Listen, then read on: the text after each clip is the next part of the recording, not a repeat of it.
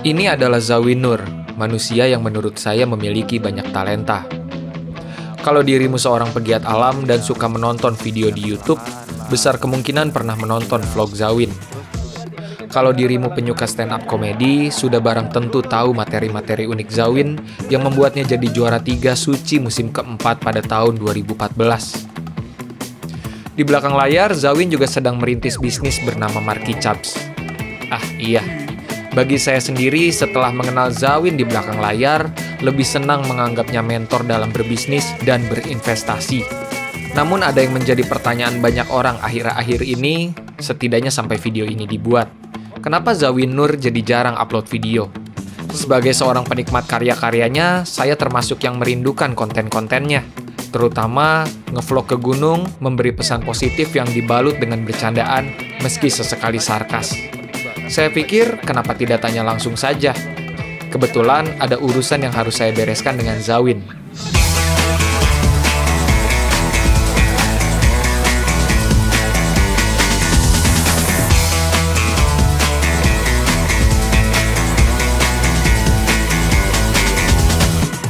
Hai dulur dan kawan-kawan, kali ini kita punya misi khusus, yaitu mencari Zawin.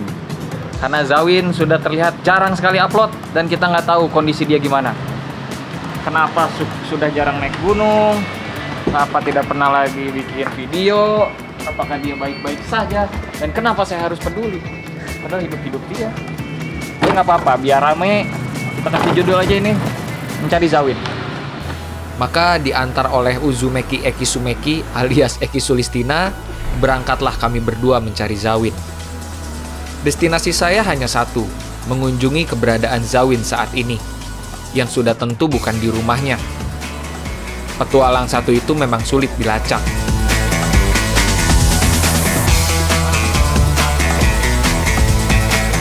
Syahdan kalau cuma berisi video-video penggalan sepanjang perjalanan, betapa garingnya video yang saya tampilkan kali ini. Maka izinkan saya untuk bercerita satu hal lagi. Satu hal yang beberapa dari kamu tanyakan, meski tidak banyak. Dan jika dirasa tidak ada hubungannya dengan Zawin, sebenarnya ada hubungannya, yaitu perihal mobil saya. Tipe apa? Kenapa beli mobil tersebut? Apa tantangan memelihara mobil tua? Ya, sekadar bercerita. Jadi saya tuh beli Civic tahun lalu. Ini tipenya Civic generasi 4. Kenapa saya beralih dari mobil TAF yang tinggi waktu itu? Mungkin kawan-kawan subscriber lama tahu kalau saya dulu pakai TAF Rocky. Sekarang jadi yang kayak gini. Nanti kita cerita lagi. Ini adalah mobil Honda Grand Civic Nova, atau biasa disebut seri Civic EF di luar negeri. Civic ini merupakan mobil tua kedua saya setelah TAF Rocky tahun 1994 yang kini sudah berada di tangan yang bisa lebih mengurus. Oh iya, sebelum lanjut perihal Civic, jika informasi yang saya sajikan ada yang keliru, bantu ralat ya, para sepuh persivikan. Sepengetahuan saya, Civic Nova adalah versi hatchback atau versi buntung atau versi hot hatch dari Civic LX. Sementara Civic LX adalah versi sedannya. Hadir di Indonesia dari tahun 1988 hingga 1991, Civic LX dan Civic Nova hadir menggantikan Civic Wonder SB3 dan SB4 sebelum akhirnya digantikan oleh Civic Genio dan Civic Estilo. Tambahan kata Grand baru hadir pada versi facelift di tahun 1990 hingga 1991. Nah, karena yang saya adalah versi tahun 1990, berarti namanya fix ya, Grand Civic Nova. Fun fact, sebetulnya di luar negeri, setiap generasi Civic memiliki versi hatchbacknya masing-masing. Tapi di Indonesia, hanya beberapa seri saja yang masuk. Ini juga akan menjadi kali pertama si Honda Civic ini dibawa ke luar kota. Katanya penyakit Civic tua itu overheat, alias di atas kepala. Overhead itu. Iya. Jadi kita sekalian tes aja. Semoga lancar aman jaya ya. Nah ini aja baru mau masuk tol Bubat udah macet karena sekarang memang libur panjang gitu. Nah, semoga lancar lah. Takutnya kalau macet gitu panas. Kayak keadaan kisruh politik akhir-akhir ini panas. Oh. Ngomong apa dibawanya kemana? Ngomong apa dibawanya kemana? Kalau adu debat tidak menyelesaikan masalah, lebih baik adu Beyblade aja lah besok. Lantas apa alasan saya beli Civic Nova?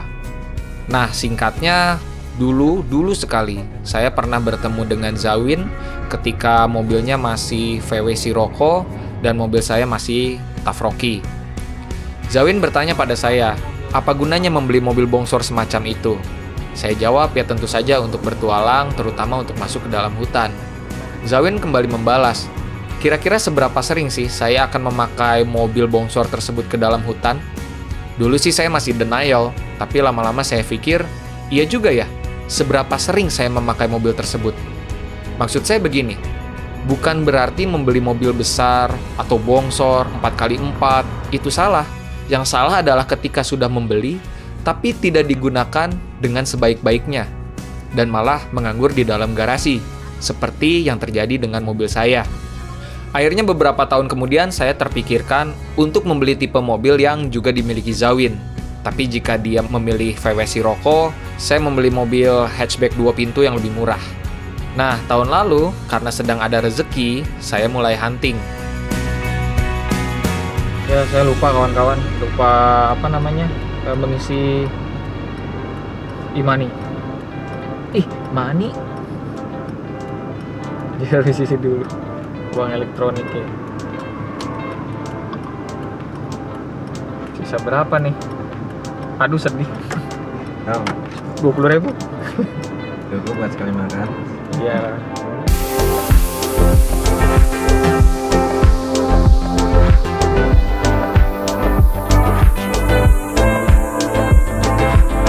Mobil kita saking kecilnya, lihat Ki, ke sana. Set.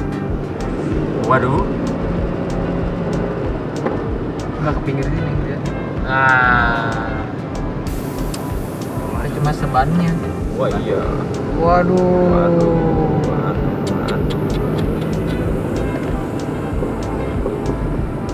Mungkin supirnya mengantuk gitu.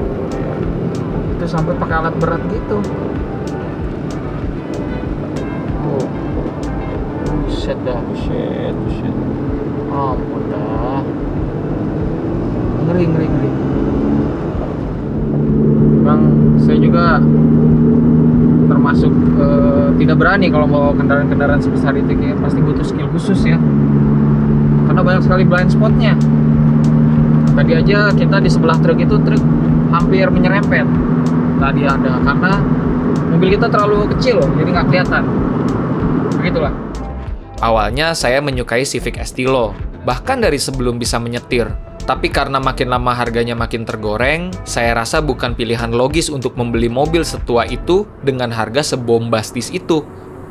Ini pandangan pribadi saya ya, jangan tersinggung.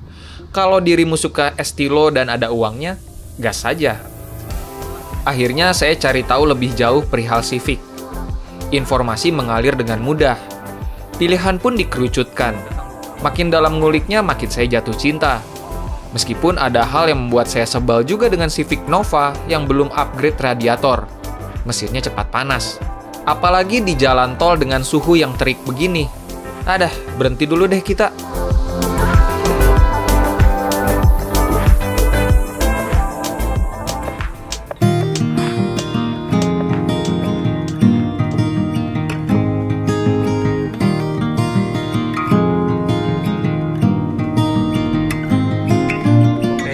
Keluar dari tol Pejagan, dari sini nggak ngetol dulu berarti ya Ki ya? Enggak. Kita sekarang ke jalan-jalan yang menuju Purwokerto. Kan Purwokerto itu belum ada tol langsung ya? Belum, Pak. Dan sebenarnya moda transportasi paling enak ke Purwokerto itu kereta. Kereta, ya betul. Kenapa kita mobilan ya itu tadi, karena ingin mengecek dan mengetes kemampuan si Civic ini. Nah tadi sempat panas Ki. Ya. Panas banget sampai harus buka cup kopi. Wow. Kopi cup karena panas sekali. Nah itu juga yang ditakutkan kalau bawa mobil seperti ini. Takutnya seperti waktu dulu zaman Tafroki, siang-siang panas, jadi ngaruh ke dalam panas semua. Ini kemana nih? Kanan? Ke kanan. Nah itu tulisannya dari Purwokerto. Puerto Rico. Nah, jadi nih masalahnya kalau di jalan kayak gini, lawan kita tuh kan truk-truk besar ya. Terus kita tuh karena mobilnya kecil, jadi ada di area blind spot mereka. Karena kalau di truk itu ada area di mana nggak kelihatan kan, itu yang berbahaya. Makanya emang sebenarnya sih mobil yang paling cocok untuk di Indonesia itu kalau kita antar kota memang mobil-mobil yang besar tapi nggak terlalu besar, masih nyaman ya. Makanya nggak heran kalau travel di banyak tempat di Indonesia itu pasti memakai Innova dan Avanza atau mobil-mobil seperti itulah yang masih terlihat oleh truk-truk besar, terus tenaganya gede dan spare partnya ada di mana-mana. Murah juga. Murah ya? Justru mobil-mobil SUV yang tantang petek. Nah kan baru lewat.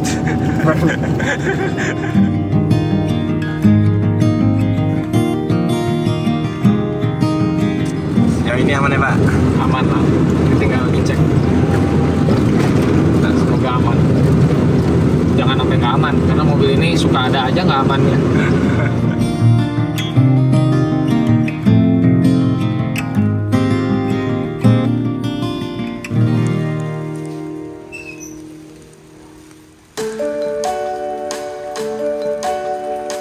Ini bukan Civic Nova pertama yang saya test drive. Saya sempat mencoba beberapa unit. Pengalaman pertama tidak oke, karena ternyata mobil bahan, dalam tanda kutip. Jadi banyak sekali yang harus dibenahi. Pengalaman kedua tidak oke, karena sudah terlalu lama disimpan di bawah terik matahari dan jarang dipanaskan. Ya kalau panas juga kayaknya catnya yang kepanasan. Pengalaman ketiga cakep banget. Kondisi kosmetik, mesin, dan kaki-kaki mulus semua. Tapi harganya tidak masuk akal. Tibalah saya di Civic Nova keempat. Entah kenapa, Nova hijau ini bikin saya langsung jatuh cinta. Ketika pengetesan pun semua seperti yang saya mau. Harga tidak semurah mobil bahan, tapi masih masuk akal. Tahun lalu saya resmi meminang mobil ini. Setelah saya beli, baru di kemudian hari saya tahu, PR mobil ini banyak sekali. Pertama, mobil ini terlalu rendah. Ya, meskipun saya berminat dengan mobil yang merapat ke tanah, tapi jangan seceper itu juga. Baru hari pertama udah mogok. Ada-ada aja. Masalah lainnya, mounting mesin getar. Kaki-kaki bagian belakang berbunyi. Seal karet getas sampai air menetes dari bagian jendela depan. Setir getar di kecepatan 60 km per jam. Oli rem bocor. Aduh. Tapi itu semua saya anggap hal minor. Karena seperti kata Bung Fitra Eri, tidak ada sedan tahun 90-an yang saya bisa langsung bilang recommended kalau tidak terawat. Mobil apapun di tahun 90-an itu kemungkinan kondisinya sudah buruk kalau tidak dirawat. Itu kutipan langsung dari Bung Fitra Eri loh ya. Sebagai tambahan, kalau ada yang memang harus diantisipasi sedari awal adalah memberi lapisan anti karat. Karena masalah umum pada mobil Honda di era 90-an ketika kita tinjau ulang hari ini adalah rangka yang keropos. Ini asumsi saya saja ya, memungkinkan untuk salah. Asumsi saya karena di masa lalu Honda ingin mobil-mobilnya bisa ngebut dengan cc yang tidak begitu besar. Hal yang harus dilakukan adalah membuatnya lebih ringan. Otomatis rangka harus dibuat lebih tipis. Tapi ya sekali lagi, ini hanya asumsi saya saja. Karena dapat dibayangkan, Nova saya hanya ditenagai 1300 cc, tapi bisa sengebut itu. Oke, mesin kembali panas, terpampang indah di indikator yang sudah hampir overheat. Ya sudah, kita berhenti lagi saja sekitar setengah jam. Semoga Zawin masih ada di lokasi yang dibocorkan dan belum pergi kemana-mana. Ya lah, stop dulu. Hampir depan macet soalnya. Oh iya, depan juga macet. Kita masih 2 jam perjalanan lagi.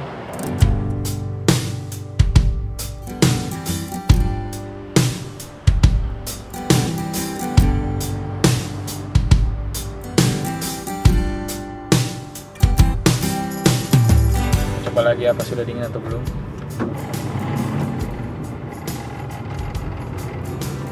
Oke, aman. Udah dingin, aman. Oke, let's go.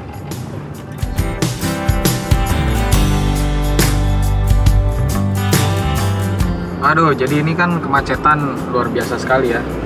Dan kami belum tahu nih alasannya kenapa, apa buka tutup jalur, apa lampu merah atau gimana. Tapi sekitar 11 menit tadi, total 15 menit nih.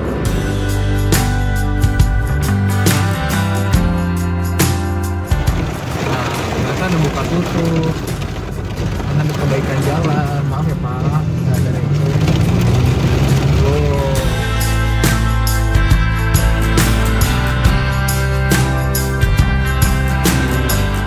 Setelahnya kami lanjut lagi berkendara, menembus sore hingga ke malam hari. Akhirnya saya tiba juga di tempat Zawin berada, kota Purwokerto. Di sebelahnya sudah ada Ubay, manajer saya yang dulu pernah menjadi manajer Zawin juga. Nah, oke kawan-kawan, kita udah mengetahui tempat persembunyian Zawin. Let's go.